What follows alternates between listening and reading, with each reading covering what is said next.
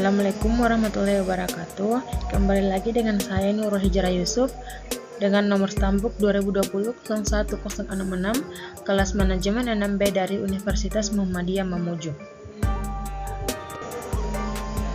Di sini saya akan membahas paradigma Islam tentang ilmu ekonomi part 2. Pembahasannya itu yang pertama teori-teori ilmu ekonomi, yang kedua ayat Al-Quran dan hadis yang relevan. Yang pertama teori ilmu ekonomi dalam Islam. Itu ada 7. Yang pertama itu prinsip kesejahteraan sosial, yang kedua prinsip ekonomi syariah, yang ketiga prinsip kepemilikan penggunaan yang bertanggung jawab, yang keempat prinsip keadilan dan keseimbangan, yang kelima prinsip larangan riba, yang keenam prinsip larangan qagar dan maisir, prinsip ketujuh berkelanjutan lingkungan. Teori-teori ilmu ekonomi. Teori-teori ilmu ekonomi secara umum itu yang pertama ilmu makro dan mikro, teori perusahaan, teori produksi dan biaya, teori permintaan dan penawaran, teori perilaku konsumen, teori keuangan publik, teori pertumbuhan ekonomi, dan teori perdagangan internasional. Yang kedua, ayat Al-Quran dan hadis yang relevan. Terdapat 2 ayat.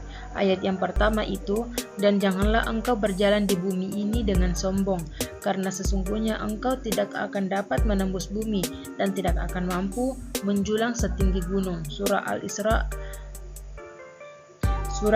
di atas menjelaskan larangan angkuh dan sombong, karena keangkuhan merupakan arah yang paling besar dalam memperoleh ilmu yang mengantarkan kepada kebajikan serta penyakit hati yang berbahaya yang akan melahirkan kebodohan dan mengantarkan pelakunya kepada kejahatan. Yang kedua, dan janganlah kamu serahkan kepada orang yang belum sempurna akalnya, harta, atau mereka yang ada dalam kekuasaan, kamu yang dijadikan Allah sebagai pokok kehidupan. Surah An-Nisa.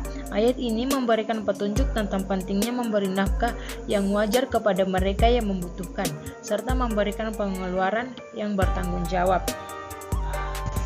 Hadis. Rasulullah SAW bersabda, sebaik-baik urusan adalah yang paling mudah dan ringan. Hadis riwayat Bukhari.